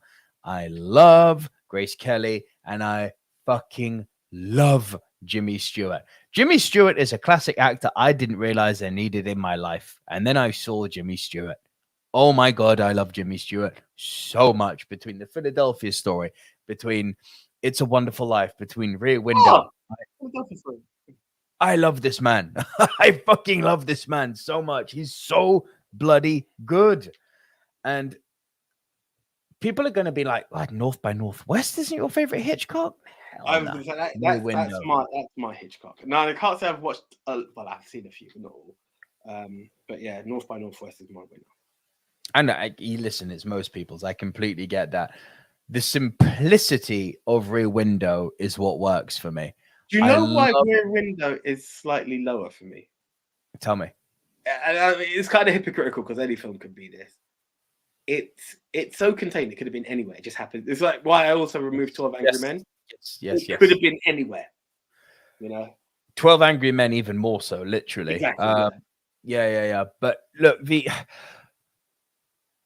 it almost didn't make it, and it was just going on one of the online lists as I was doing a bit of cleanup. I kind of actually had my 10 already in there. Spoiler: Die Hard with a Vengeance was my number 10. I nearly done it, but I brought it last week, and I was like, I don't want people to think I'm going back to season 1. That's exactly what stopped me. Yeah, you brought it up last week. We're having a bit of season 1 effect there. But it was my number 10. And then I was just doing some tidying up, and then I came across Rear Window, and they were like, I was like, really? I thought they built the whole set for Rear Window. They did, but the setting for Rear Window is Greenwich Village. And I'm like, well, that's New York, and that's my favorite Hitchcock movie. And I haven't brought this one up for a while. You're going straight in there, my friend. I fucking love this film, man. It's so clever. It's like, here's one setting. Here's the reason the man that he can't move. He has a broken leg. Here's what he does. He's a photographer, so he's already going to have the kit that is going to allow him to see into other people's places. Here's what's going on, literally across the building court from him, a potential murder. And now we get into human perversion territory. I'm like, well, that is what you call beauty in simplicity. That's like Steve Jobs looked at this script and went, that's a good fucking script. You know what I mean? Like, this is beauty in simplicity. I love this film. Yeah. No, it was good. It was good.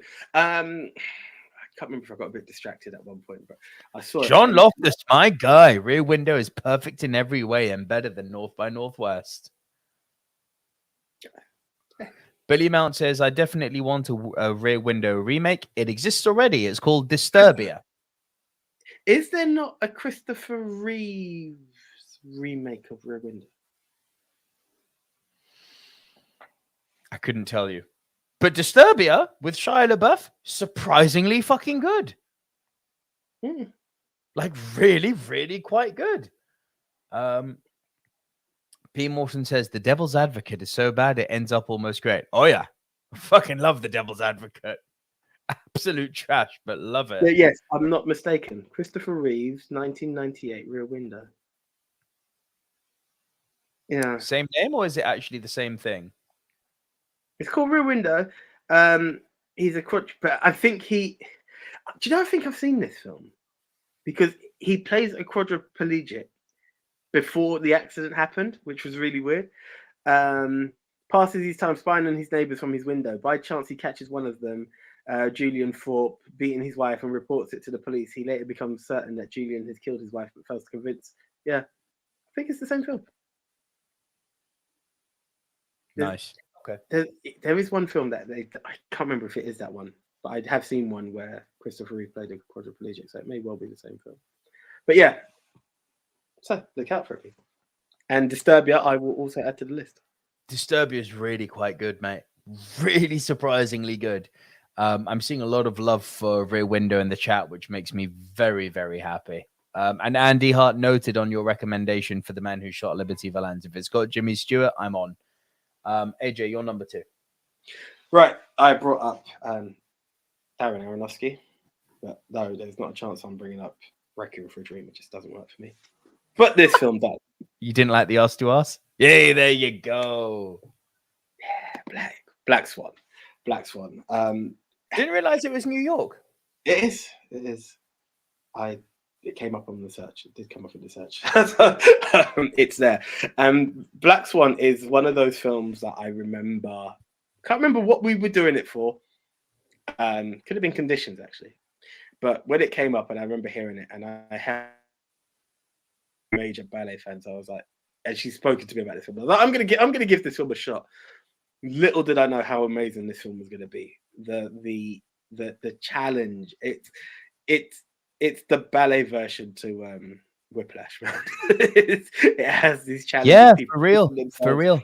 Pushing themselves to the absolute extreme, and the element of competition. And then, well, is the competition in a competition, or is it actually a person? That's down to you to decide. Watch the film and get back to me. Competition within. I know, but this is what I'm saying. Is it a competition within, or did that person really exist? All to be. So it's all to do to gain the spot to play the Black Swan in a play. And what Mila Kunis and Natalie Portman deliver is just absolute gold. Absolute gold. Wow. You know, what happens is, so for anyone who's not seen it, Natalie Portman is that model student that you would want in your class. The one who probably does wind you up for you back in your school days, you know, who never really gets anything wrong, listens and gives a pure determination. Enter Mila Kunis, who is the rebel who seems to take life that bit easier and relax, but still can perform and is outperforming the one who's tried so hard and just wants to do their absolute best. And yeah, the journey is absolutely insane. And it's this competition to be the best. Lovely. He's so fucking good, Aronofsky, isn't he? Yeah. Like, what a writer, man. I am so looking forward to The Whale. I can't tell you. There's so much talk around this film. I really want it to go well. I really do. For the fact that I love Black Swan, and also for the fact that, you know, I would like Brendan Fraser to get that recognition on screen. Sounds like he's about to get it. Yeah, it doesn't seem like. Do you know what I did read somewhere? And it was just a headline. I haven't gone deep in it. Do you know who was offered the spot before Brendan Fraser? Tell me. James Corden, apparently. Oh, fuck off. Yeah, I am so glad that is not the way that it is. Because that would not have worked for me in any stratosphere. No, absolutely not. No, that's how you get me to not see a movie. Real talk. How do you get me to stop watching Star Wars or the MCU? Cast Daniel Craig or James Corden or Will Ferrell in them. Because then I won't be able to see them anymore. Because you never know who's popping up in these movies. I'll have to wait a week and wait till you fuckers have all seen them and say, is Daniel Craig in this? No? Cool, I'll go see it now. You're good. Yeah. I ain't supporting that motherfucker. Anyway, guys, just before we deliver our worst movies, please could everyone down in the comment section tell us what your Rushmores are, or your top 10s if you prefer. You can either give us 4 or 10. I want to know what your 4 or 10 best movies set in New York are. And I'd also like to remind everyone, please help the channel out. Give us the thumbs up. And if you haven't already, John, I know you're new here. It would be great if you could hit that subscribe button and turn on the notification bell just so you know whenever we've got new content coming up. But yeah, smash that like. P. Morton, same to you. Please hit the subscribe button and hope to see you back here. Right. Worst time, AJ. So, Me first. Oh, Me sorry, first. yes. Me first. How dare you? We just mentioned Will Ferrell. So for me, this was a fucking shoe-in. Elf. Fuck this film. Fuck this stupid fuck non-movie. Santa wanker. Like, you ponce. You pubic-haired ponce. I hate this man with the fire of 1,000 suns. How much money they must have paid James Caan. He of The Godfather is now acting alongside Captain Twatface. It's like, what the hell has happened here? And listen, this film to me shows me that John Cena isn't perfect, because John Cena loves Will Ferrell, which I don't get. Yeah. That's literally the only thing wrong with the man who can't be seen, is that he can't see what's wrong with this twat. Like, fuck this film. Mate, I actually forgot about Elf. The thumbnail. I mean, okay, let me stick on Elf for a bit. I remember, and I always say it, I've never finished Elf, and I don't know if I have the intention to, but because of the love that's out I have. Don't. the love that's out there always makes me. Even recently, they Asda, I must have paid a shit ton of money for their Christmas advert. It featured Will Ferrell and Elf? Like they took scenes from the film to enter it into this, and like everyone's like, "Oh yeah, look, why is that an Elf?" And I'm like, Christmas jumper day, people want to come in and they're wearing Elf on it, and I'm like, this guy sucks. What? And part of me just wants to do it, but it's we all have the second coming of, Eddie Murphy had the second coming in Chris Rock, and then people like Kevin Hart is that, and I'm like, it doesn't work. Then the second coming of Jim Carrey was meant to be this man, and I was like, but it's not funny. He's not funny. And that's what bugs me with this guy so much, and that's what. And at the helm of it is Elf. For everything that people want to advertise, you've got your Talladega Nights and you've got your Anchorman. But everyone's like, but you've got to love Elf. And I watched it and I saw this man-child. That's the only way I could describe it. He is way too big to be playing that kind of character. And I was like, this is not working for me. But AJ, that's the point. That's what makes it. It just has not been able to work for me. So that's a very good choice, bro. So what is my worst? I nearly went down. Quickly, guys, I've only seen 3 or 4 of you put your top 10s or your top 4s in the comment section. Please get commenting. I want to know what everyone's picks are. AJ, back to you. Thank you. I nearly did go down the Escape from New York, but I felt like it needs another watch. As much as I've tried with Requiem for a Dream, and I don't think that will work for me. That nearly made it. Then, and I'm sure I'm going to get hate for this one as well as I have for the other 2. There was a film that came up, and I started to watch it on my own because the missus was away. And then it was meant to be a comedy. So I was like, let me give it a shot with her. So I actually stopped Wall Street. I was watching Wall Street for the first time. And I was like, all right, she doesn't seem to enjoy this. Let's see if she's going to enjoy this comedy. And I just couldn't. For 2 viewings, I just couldn't find myself getting into it. And then what made it worse, she wasn't getting into it. And I don't know if you're familiar with this film. It features, it doesn't feature. It stars Madonna and Rosanna Arquette, I believe. Desperately Seeking Susan. I could just not get into it.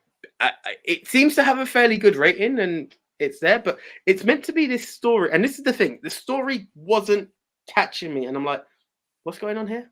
And I'm now too distracted to focus twice. I literally went to go make dinner. The second time I put it on, hoping she will explain to me what's going on. There's meant to be this guy who follows Susan wherever she goes, and people are reading it through, like they advertise for a dating newspaper or something, but people are following this journey, and everyone's like, oh, it's so great to follow Susan, XYZ. And I'm guessing that's Madonna.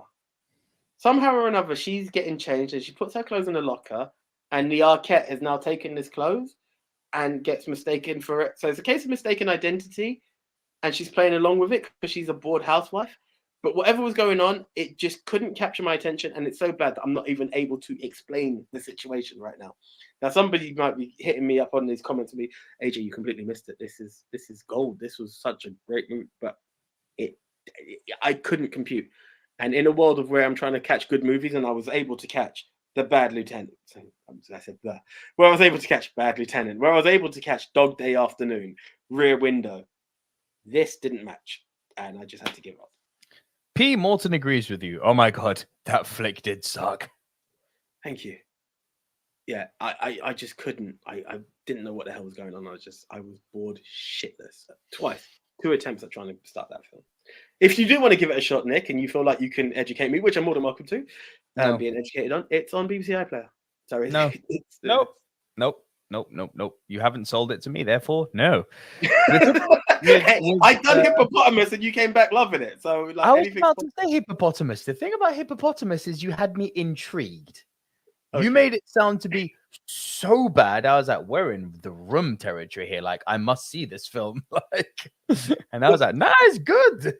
Hippopotamus has a good build-up, but by the time it ended, I was like, you wound me up because too many questions, too many repetitives for it to be that. No, fuck off. Yeah. Okay. All right. My number one, Mixed Memorabilia brought up a comment earlier, which I'm going to leave up here because it curtails perfectly into my number one. Let me bring up the poster first. Some people will know it. You may not, AJ. There's the poster. Now let me go back to the comments because Mixed Memorabilia said, I've now, of course, lost the comment. No, I haven't. Have I? Well, I seem to have lost the comment. That's really annoying because it was a really... You didn't star it, bro. Come on. I didn't star it. I'm a dickhead. So Mixed Memorabilia said something in the vein of, we can't do Scorsese, but De Niro has to make the list. Once Upon a Time in America. You goddamn right. Once Upon a Time in America is my number one. This is, when you take Scorsese and The Godfather out of the equation, this has got to be in the conversation for one of the all-time great gangster movies. This is, I have brought this movie up to you before. It's got De Niro, it's got James Woods in it. Bro, this isn't a New York story. This is a fucking odyssey, this film. It spans decades. It starts with the group of young Jewish kids in Brooklyn just growing up on the mean streets, you know, learning to hustle, learning to do their thing, learning to pay for sex, all these, you know, the things that you fucking do when you're a street thug, right? And the movie doesn't speed up with the kids. Like, it really allows the kid actors time to breathe, which is, so think of the way that My Left Foot let the young breathe. Yeah. It's exactly like that. You really get a sense of who these kids are, and you get a sense of what their life is and what their day-to-day trials and tribulations are, which then, of course, influences who they become when they're older. And who they become when they're older is Robert De Niro, James Woods, and co-casts, right? But you don't see De Niro until about halfway through the movie, and that's as he's leaving prison. Why is he leaving prison? Because he's taking the fall for one of his friends. I won't say more than that. Bro, this movie is so fucking good. I can't tell you. It is one little bit below Goodfellas and Godfather and Scarface and all that, but it's incredible. It's directed by Sergio Leone, he of The Good, the Bad, and the Ugly fame. I have brought it up to you before. It is sensational. It didn't come up on the list. I won't say at all. But I missed it in the listing, because had I seen the name, I definitely would have done it this time round. It's long. Movies with an intermission. Hello. Oh, okay. Probably not. Not this week. No. Yeah, that comes a bit later on. Okay. That's cool. Incredible film. Also, I'm a mark for James Woods. So anytime I see James Woods in a really good performance, it just makes me happy. I love James Woods as an actor. It's on Disney Plus as well. Banging. Check it out, brother. 4 hours and 11. Lord Father. Yeah. It's got length. Oh, shit. Okay. That's Irishman territory. I've not even done that yet. Okay. Bruv, Lord of the Rings Return of the King is looking at that and going, damn, you're long. You know what I'm saying? Like, wow. Okay. Yeah.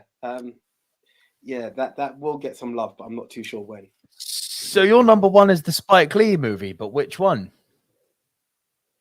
It's a new one. New-ish. He's left off Spider-Man. I'm impressed. Yeah. Listen. I'm very proud of you, AJ. My little creme caramel cinephile. Look at you growing. There are stuff in life that you can do. Like, let's be honest. If I wanted to, guys, for jokes, I nearly put in Batman because Gotham is the representation of New York. Then I could have put in every X-Men movie, followed by every Spider-Man movie, and that could have been a list. But there are so many different options out there, and one of the Mount Rushmore, especially 6 seasons deep. It's the same reason I did not put Die Hard with a Vengeance back in there. every now and again, you need to try and give a bit of variety. It's not how is he going to shuffle. You have 7 stories in life. AJ's only seen 12 movies. How is he going to shuffle it in this time? No, I'm actually not going to do that. Like let's try and educate oneself and put stuff out there. And this is why I like finding these bloody golden gems like 11 and 10. Yes, I know Rushmore only has 10, but I had to put both of them in. Good for you. I was quite fortunate, and the more I talk about Dog Day Afternoon, I feel like Dog Day Afternoon might have been my number 1, but it doesn't matter because I watched this film recently. I don't know if you've seen it, bro. Let's get out to the title first. 25th Hour with my boy Ed Norton. Yeah. You seen it? Nope. Yeah. So this is set post. Andy Hart got you. 25th Hour, he called it. Thank you. Yeah, I really enjoyed the story of this, and basically the journey of Edward Norton, who plays. Why is his name slipped my head? Doesn't matter right now. But he plays a character. It's not based on a biopic. Who has just been busted by the police for drugs and money in the house, and now you're following him on his last day before he goes to prison. Rosario Dawson's in this. Philip Seymour Hoffman, R.I.P., is also in this. Anna Paquin's in this. I can't remember the other guy who plays his best. Oh wow! One of his friends. Good cast then. Yeah, it's not a bad cast, and it's just the relationship he not has. Bad, bro. It's not bad. It's not bad. North and Seymour Hoffman. Jesus Christ. Yeah. Let's see, because even his dad is famous. So one of the other guys, Philip Seymour Hoffman's one of his best friends. Barry Pepper's another friend, and Brian Cox plays his dad. So you got a few people in there, and solid cast. just a few. Yes, directed by Spike Lee, and it's just this journey of what it is, and he's trying to figure out who betrayed him. So you can see that his mum died at a young age, and he's got a good relationship with his dad, but his whole solution was he got into the drug game because he got suspended from a private school for doing something, and that's the life he's done. He's become a bit of a crime lord, and everyone, those around him have benefited from what he's had. So even his dad's like, can't believe this is what you're going down for. He goes, yeah, but let's not play at this bar. Some of the funding came from here. Rosario Dawson was a young girl that he met pretty much at the school gates, and they were wondering, did she rat him out, and is she now just going to cash in on the big apartment that he's bought for them? And like his friends are like, before him, you never got to go to Puerto Rico and see your family life, but you went first class, and now you're living the life, and now he's going down. Who gets to benefit from the house? He's got the Ukrainians that he's working with alongside him. He's got another friend who works in Wall Street, and he's like, I should have used the money with you. I should have invested, but I got greedy. The lifestyle got me. If only I had listened to myself 6 months ago, I wouldn't be facing this jail sentence. And it's just got this great story along the way. Philip Seymour Hoffman is a teacher who, for better or worse, is as straight arrow as it gets. He's the one who's like wishes the best. He's like, he should be able to bring his dog with him to prison. What the fuck do you mean he can bring his dog to him from prison? That's not how prison works, kind of thing. But he's also got this little fixation with his student, who's played by Anna Paquin, and it's all these little bits. And it was just, there was something about the narrative that just flowed, that really captured me. And I wasn't sure if I wanted to make it number 1. And by the time I numbered everything else, I'm like, oh, well, I guess it's number 1. I had more passion describing Dog Day, but I like the way that it was there. Also, I think what also showed me something was there's this little monologue he gives when he's pissed with the world. And he breaks down the same way you like what came up in Do the Right Thing. He attacks every community. The black guys who are on the basketball pitch and who take 5 steps before they do a layup. Fuck them. Fuck the Koreans who've been here for 4 years and they can't speak a word of English with their towers of fruits. The Jews with their dandruff on their shoulders. Like, he literally just takes and rips apart everyone. The Italians, the Muslims. He takes a shot at Bin Laden because it's post 9/11. Everybody is there, even the Catholics. He's like, screw my dad, screw this best friend, screw this one, screw. I must admit, Rosario Dawson is fucking banging in this movie. Rosario Dawson is like Mrs. Reliable. You don't get bad Rosario Dawson. I'm talking performance-wise and like stunning. Like, you're like, damn, she's hot. yeah. Like, screw my girlfriend, natural. The reason I'm going to court and that, and it's just it's literally a day in a life, and it's just this build-up before he goes to prison and the test of friendships and what you think is going to happen. And even though there's a revelation of who screwed him, was it was it natural or not? You're still left with a question at the end of, oh, or was it this? You know, it was a nice Spike Lee joint. It really said, yeah, okay, yeah. I kind of forgot it was that. And Norton, you know, I always say every time I watch a Norton film, I'm like, why do you have to be difficult? Because there is so many films you could have done. I think Norton is one of the absolute greats in the world of film. And it's just a pity. Should have been. I don't think he did enough to deserve that, but he should. But no, but this is the thing.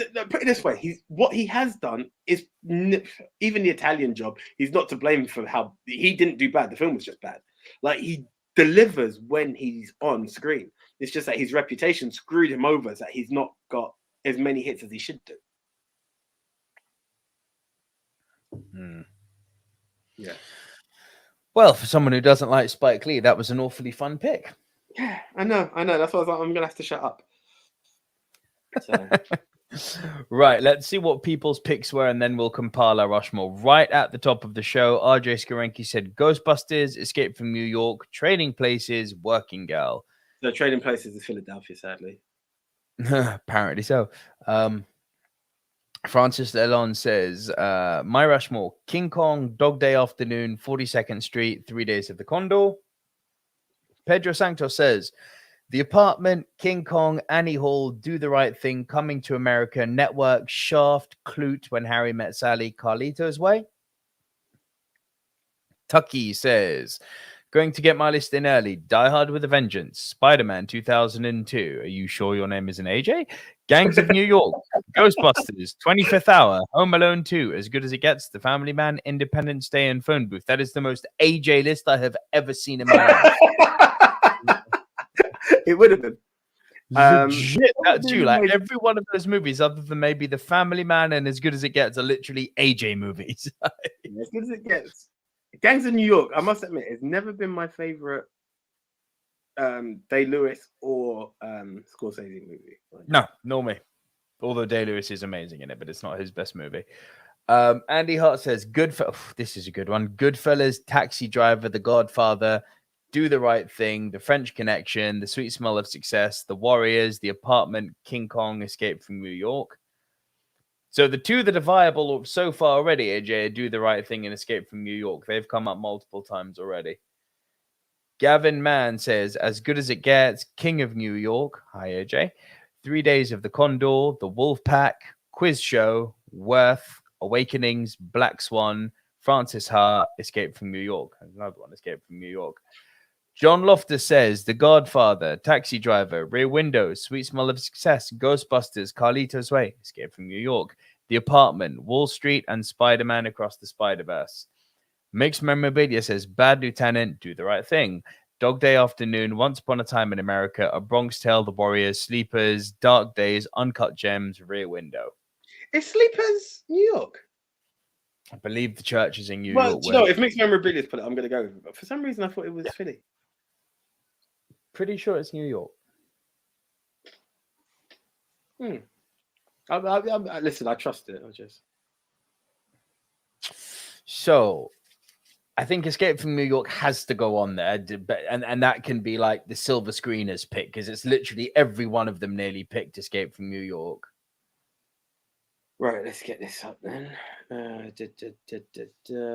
that's your pick this week, screeners. You've all literally coercively picked Escape from New York, because it was my number 9 and I was on the fence about it. So now between us, you and me need to do 3.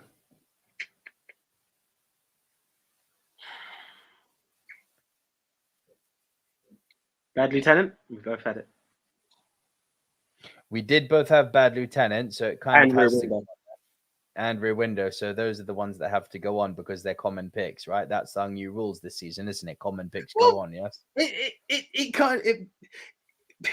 It's easier than, well, I haven't seen it, bro, but I'll take your word. I mean, by proxy, the last one is technically the Warriors. It is the Warriors. You're quite right. Holy shit. Oh, my God. God. I'm putting the Warriors on and leaving off Once Upon a Time in America. I have issues with that, AJ. I have major issues with that.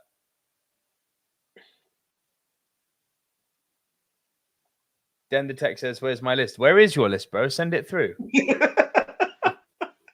I don't know. Where'd you put it? My bad if I missed it, but drop it in again, bro. I'll read it out. I've got an issue with that, AJ. I've got a major fucking issue with that. The Warriors going in over Once Upon a Time in America. Then again, the Warriors could do well on Twitter. I'm looking, and Sleepers was Hell's Kitchen. Thank you to everyone who said that. Mixed memorabilia. I see your comment. Yeah, 25 hours, 25th hour. So you'll enjoy it. I believe that. And again, I've got Man Push Cart. I just didn't get a chance to watch. It literally did. Just too late. Yeah, Man Push Cart. I really wanted to watch. I didn't have a chance. Then drop your list in again, bro. Yeah, we'll if you can put it again, Den, because hold on. Okay. Oh. My new number one is Sleepers. Everything else pushed down by what? Okay, so it's not too far ahead.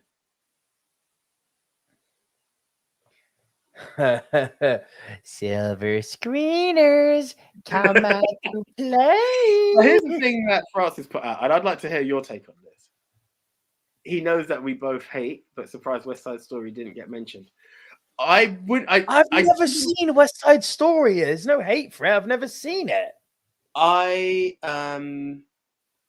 nearly seen the Spielberg one, but the missus wasn't in the mood. For 1 minute, she really wanted to see it. It's on Disney Plus. Disney Plus. I know. Then the text says Sleepers, Gangs of New York, Die Hard with a Vengeance, Spider-Man Into the Spider-Verse, and Donnie Brasco. And Billy Mount says Nico, Taxi Driver, Wolf of Wall Street, Escape from New York, Home Alone 2. Most of the MCU movies, The Secret of My Success, Ghostbusters 1 and 2, Splash, 3 Men and a Baby, that's a nice shot, Wall Street 1 and 2. And yeah, mixed memorabilia, exactly. Leave off Scorsese as per show guidelines. Otherwise, Goodfellas is number one. So I have an issue now. Is like Warriors was a commonality, but I've got well enough people Sorry, I just love that. From Gavin, man. Ha. Someone on BBC One wearing a Do the Right Thing t-shirt. Freaky. They're listening. They're always listening to us, Gavin, bro. Should Spike Lee not go in here? Even taking out Once Upon a Time in America, just because Do the Right Thing did come up a lot. So then, is that the people's poll? Pick, bro. Like, no, Escape from New York came up way more. So here's one, and I'm willing to give it to you. Do we take, and respectfully I say this, do we take off Rear Window because it could have been set anywhere?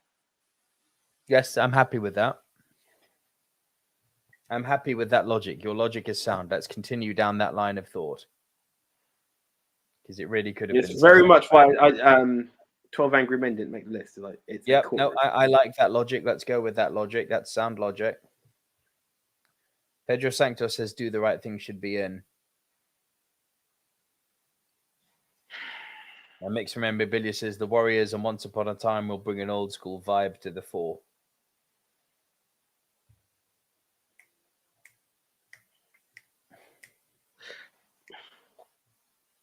Do the Right Thing's got to go in there, surely. We've taken out Rear Window. Okay, so we've got Do the Right Thing. Now it's the last one, yes? Yeah. One common, well, two commons. Warriors or Once Upon a Time, yes? Is that what we're hesitating between?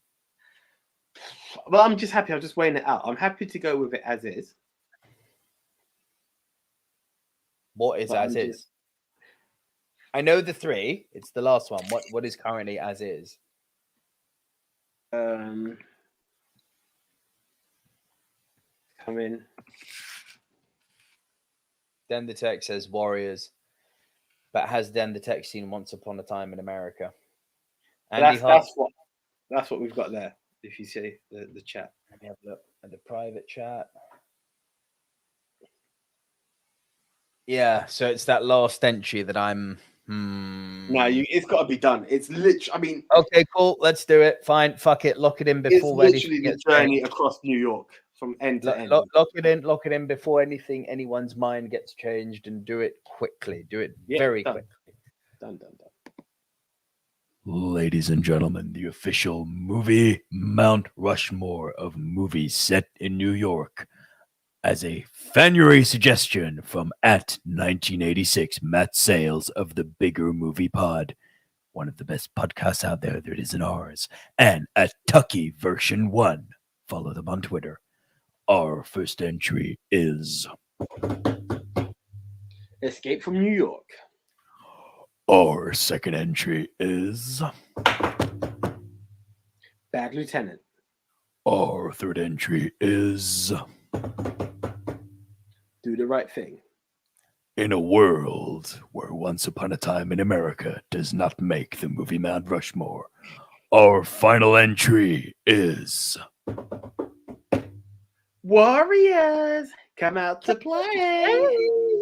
Okay, that was fun. That was fun. Yeah.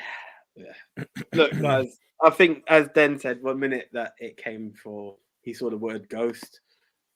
Too many movies. Like, it's very, very hard. It's hard to get to 10. It's even harder to get 4. And it's going to get even harder for you guys. Why? Because you guys have to go over to Movie Pulse for You, or at We Love Movies, or at Movie MT Rushmore, because, yeah, we're going to be retweeting JT's post, which is going to have those 4 movies, and you're going to have to crown the winner. And no, you can't vote twice because it's a retweet. So there we are. There it is. And that's how you get to crown, just like Highlander, the one. Yeah. One. Very, very, very strong Rushmore. I'm gutted that Once Upon a Time in America didn't make it. Thank you to people who have joined us for the first time. P. Morton, John Loftus, thank you guys. I hope you'll join us again. Brian P. Billingsley, I've just seen you join, missed the show, but thank you for joining us anyway. Hello.